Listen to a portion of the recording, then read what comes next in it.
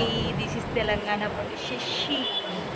మా ఆయన mobile పగిలిపోయిందండి, by మిస్టేక్గా చేశారు, నా చేతిలో నుంచి పడిపోయింది. కొత్త మొబైల్, సో స్క్రీన్ వేయించుకోనికి వచ్చినాము మొబైల్ షాప్కి. అలాగే నా సిల్కి పౌచ్ కూడా వెయిట్ చేసినాను.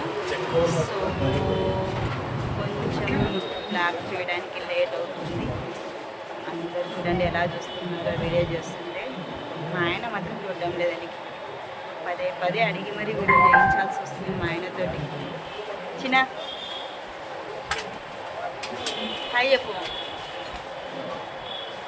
వేస్తుని ఎలా పడిపోయిందో, మొబైల్ పగిలిపోయింది.